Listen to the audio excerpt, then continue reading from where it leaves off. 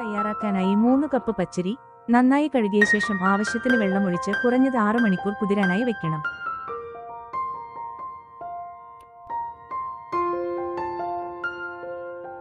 അരി അരയ്ക്കുന്നതിന് മുമ്പായി ഇതിലേക്ക് ചേർക്കാനുള്ള അരിപ്പൊടി കുറുക്കിയത് തയ്യാറാക്കി തണുപ്പിക്കാനായി മാറ്റിവെക്കണം. ഇതിനായി ഒരു പാത്രത്തിലേക്ക് 1.5 കപ്പ് വെള്ളവും 3 ടേബിൾ സ്പൂൺ വറുത്ത അരിപ്പൊടിയും നന്നായി മിക്സ് ചെയ്ത ശേഷം അടുപ്പിൽ വെച്ച് കുറുക്കിയെടുക്കണം. സ്പൂണിൽ നിന്നും വേഗത്തിൽ വിട്ടുപോരാത്ത പരുവത്തിൽ വേണം കുറുക്കിയെടുക്കാൻ. ഇത് നന്നായി തണുത്ത ശേഷം മാത്രമേ അരയ്ക്കുന്നതിലേക്ക് ചേർക്കാൻ പാടുള്ളൂ.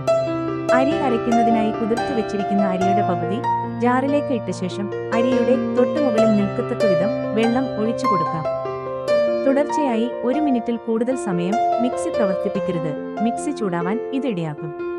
ഒരു തവണ അരച്ച മാവിലേക്ക് 1 കപ്പ് തേങ്ങയും 4 ടേബിൾ സ്പൂൺ പഞ്ചസാരയും അരിപ്പൊടി കുറുക്കി വെച്ചതിന്റെ പകുതിയും ചേർത്ത് വീണ്ടും അരയ്ക്കണം. ആവശ്യമെന്ന് തോന്നിയാൽ അല്പം വെള്ളം ചേർത്ത് കൊടുക്കാം. 1 മിനിറ്റ് അരച്ച ശേഷം മിക്സി ഓഫ് ചെയ്ത് അല്പസമയത്തിന് ശേഷം ഒരു തവണ കൂടി അരയ്ക്കാം. നന്നായി അരഞ്ഞ മാവ് വലിപ്പമുള്ള ഒരു പാത്രത്തിലേക്ക് ഒഴിച്ചു വെക്കാം. ബാക്കിയുള്ള അരിയും പൊടി കുറുക്കിയതും നന്നായി അരച്ചെടുക്കാം.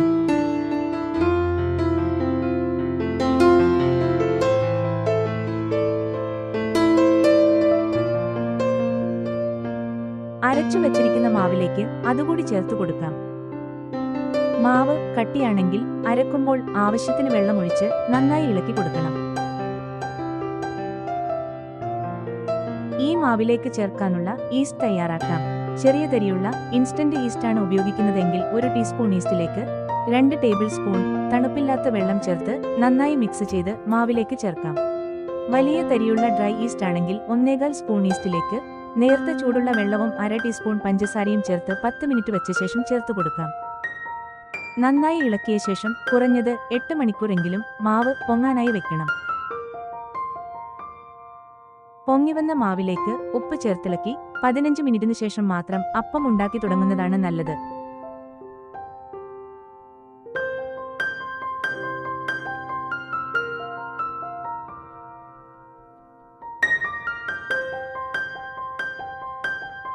ചൂടായ ചട്ടിയിലേക്ക് ആവശ്യത്തിന് മാവൊഴിച്ച് ചുറ്റിച്ചെടുത്ത ശേഷം അടച്ചുവെച്ച് മാത്രമേ അപ്പം ചുട്ടെടുക്കാവൂ.